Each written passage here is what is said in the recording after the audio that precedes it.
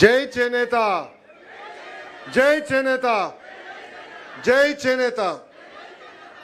వేదికమైన గౌరవ ముఖ్యమంత్రి శ్రీ నారా చంద్రబాబు నాయుడు గారికి, బీసీ సంక్షేమ శాఖ మార్చులు సవితమ్మ గారికి, అదేవిధంగా చేనేత వృత్తికి సంబంధించిన ఎట్లా మెరుగుపరచాలని దానిపైన అడ్వైజర్గా నియమించిన సుచిత్ర ఎల్లా గారికి, నాకు ప్రాణ సమానమైన చేనేత కళాకారులందరికీ పేరు పేరున నా హృదయపూర్వక నమస్కారాలు.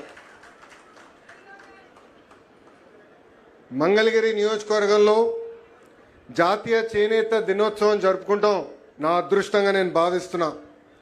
అందరూ చేనేతల్ని కార్మికులు అంటారు, కానీ చేనేత సోదరులు పడుతున్న కష్టాలు నేరుగా నేను చూశాను.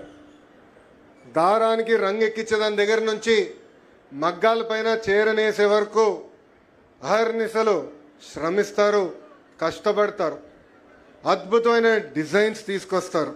అందుకే నేతలందరినీ నేను చేనేత కళాకారులని ఈ సభాముఖంగా పిలుస్తున్నాను. 2019లో 21 రోజుల ముందల తెలుగుదేశం పార్టీ అభ్యర్థిగా మీ ముందరకు వచ్చా. మంగళగిరి నియోజకవర్గంలో 5300 ఓట్లతో ఓడిపోయా. కానీ మంగళగిరి పట్టణం ఆనాడు నాకు 7000 ఓట్ల మెజారిటీ ఇచ్చింది. ఆనాడే నిర్ణయించాను, మా చేనేత సోదరులు నా సొంత కుటుంబ సభ్యులని. ఓడిపోయిన మొదటి రోజు నాకు బాధ ఆవేదన కలిగింది, కానీ రెండో రోజు నుంచి ఆ బాధ ఆవేదన నాలో కసి పెంచింది. ఎట్టి పరిస్థితుల్లో మరి 5 సంవత్సరాలు ఇక్కడనే పనిచేస్తాను, ప్రజలకి అందుబాటులో ఉంటానని నిర్ణయించుకున్నా. చంద్రబాబు నాయుడు గారి సహకారంతో 26 సంక్షేమ అభివృద్ధి కార్యక్రమాలు ప్రతిపక్షంలో ఉంటూ మంగళగిరి నియోజకవర్గంలో మేము చేస్తాం జరిగింది. మంగళగిరిలో పద్మశాలి సోదరులకి 2 కుల వృత్తులు ఉంటాయి. ఒకటి చేనేత, రెండోది స్వర్ణకార వృత్తి. ప్రతిపక్షంలో ఉన్నప్పుడు చేనేత సోదరుల్ని ప్రోత్సహించడానికి 873 రాట్నాలు ఆనాడు ఉచితంగా అందించాం. కరోనా టైంలో చేనేతలకు అండగా నిలబడడానికి వాళ్ళు కావాల్సిన మందులు కానీ ఆక్సిజన్ సిలిండర్లు ఆనాడు అందించాం. షెడ్లో పనిచేస్తున్న చేనేత సమస్యలు నేను నేరుగా తెలుసుకున్నా. మీ బాధలు, మీరు పడుతున్న ఇబ్బందులు, మీ ఆవేదన తెలుసుకున్న తర్వాతనే ప్రతిపక్షంలో ఉన్నప్పుడు 2022లో ఈ వీవర్సాల కూడా మేము ఏర్పాటు చేస్తాం జరిగింది. ఈరోజు డిజైన్లు కానివ్వండి, లేటెస్ట్ మగ్గాలు కానివ్వండి, తాతా తెనేరాతో ఒప్పందం కుదుర్చుకుంటాం కానివ్వండి, మార్కెట్ లింకేజ్ కానివ్వండి, ఈ అన్నిటి ద్వారా ఈరోజు చేనేత సోదరులకి ఆదాయం 30% మేము పెంచాం. కానీ నేను ఆనందంగా లేను. నేను ఒక లక్ష్యం పెట్టుకున్నా, ఆ లక్ష్యం 100% ఆదాయం పెంచాలని, రెట్టింపు చేయాలని.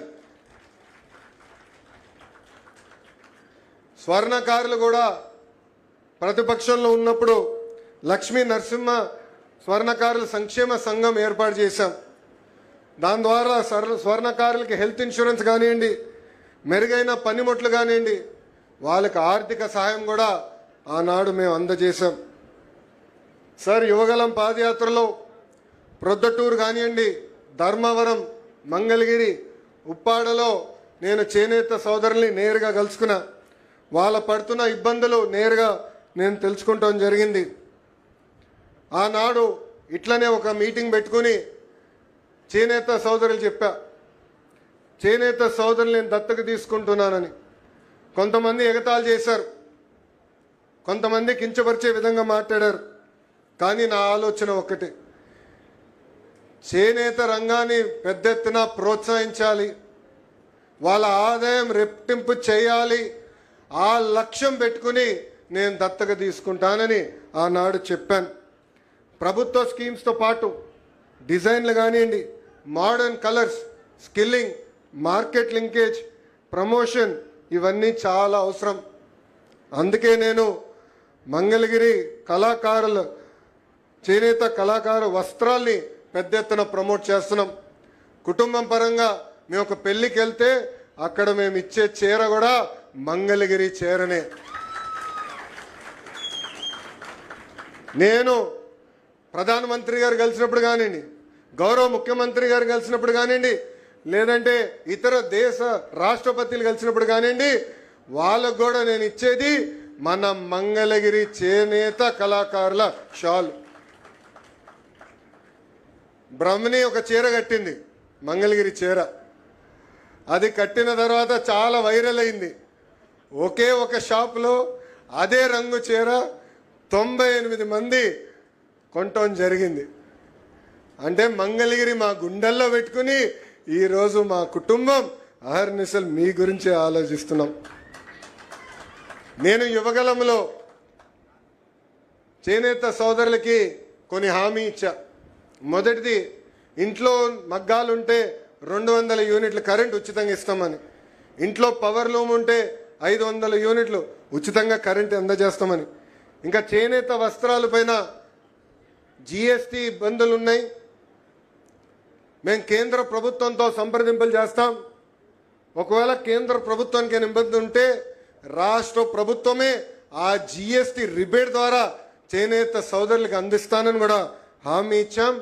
ఇంతేకాకుండా థ్రిఫ్ట్ ఫండ్ తిరిగి ఏర్పాటు చేస్తున్నాం. ఇంకా చేనేత భరోసా కింద ప్రతి చేనేతకి 25,000 రూపాయలు ప్రతి సంవత్సరం ఆర్థిక సహాయం కూడా అందజేస్తామని ఆనాడు హామీ ఇస్తాం జరిగింది.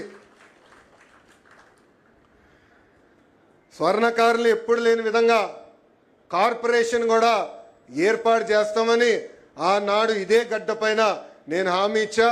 గౌరవ ముఖ్యమంత్రి గారి సహకారంతో ఇచ్చిన ప్రతి హామీ ఈరోజు మేము నిలబెట్టుకున్నామని ఈ సభాముఖంగా మా చేనేత సోదరులకి నేను తెలియజేస్తున్నా. 2024 ఎన్నికల్లో మిమ్మల్ని అందరూ ఒక విషయం కోరా. 5,300 ఓట్ల మెజారిటీతో నేను ఓడిపోయాను. దాని పక్కన ఒక 0 పెట్టి 53,000 ఓట్లతో గెలిపించి శాసనసభకు పంపించమని ఆనాడు మిమ్మల్ని అందరినీ కోరా. ఆనాడు మీకు చెప్పా, నాకు మీరు ఎంత ఎక్కువ మెజారిటీ ఇస్తే నాకు అంత బలం వస్తుందని. దేనికి అవసరమైతే చంద్రబాబు నాయుడు గారితో పవనంతో పోరాడి మన నియోజకవర్గానికి రావాల్సిన నిధులు నేను తీసుకొస్తానని ఆనాడు హామీ ఇచ్చా. అందుకే ఇప్పుడు మంగళగిరిలో ట్రిపుల్ ఇంజిన్ సర్కార్ నడుస్తుంది. ట్రిపుల్ ఇంజిన్ సర్కార్. రాష్ట్రం అంతా డబుల్ ఇంజిన్ అంట, అక్కడ నియోజకవర్గంలో ట్రిపుల్ ఇంజిన్. కేంద్రంలో ప్రధానమంత్రి నరేంద్ర మోడీ గారు, రాష్ట్రంలో గౌరవ ముఖ్యమంత్రి చంద్రబాబు నాయుడు గారు, మంగళగిరి గల్లీలో మీ లోకేష్.